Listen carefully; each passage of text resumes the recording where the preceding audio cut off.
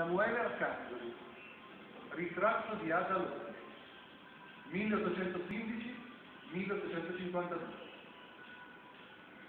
Ada Lovelace, matematica e madre del software, nonché protettrice di questa mostra, voluta e curata in primo luogo da due donne, Deborah Ferrari e Andra Bovelli.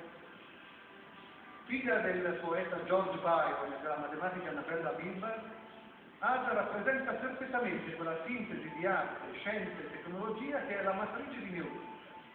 Il fatto poi che sia stata dipinta su legno è un richiamo alla radice te, che in origine è proprio intelaiatura di legno. E ai telai della rivoluzione industriale si ispirarono le prime schede forate degli antenati del computer. Il gioco di connessione Lovelace è anche rappresentato da una nuova forma di poesia appositamente inventata da Luca Traini e fatta di endecasillabi che terminano in I e O, 0 e 1. Taglio, incollo, salvo e risolvo in canto, hardware fatti vitrine di merletti. È un software di sospiri che fa i conti. 1.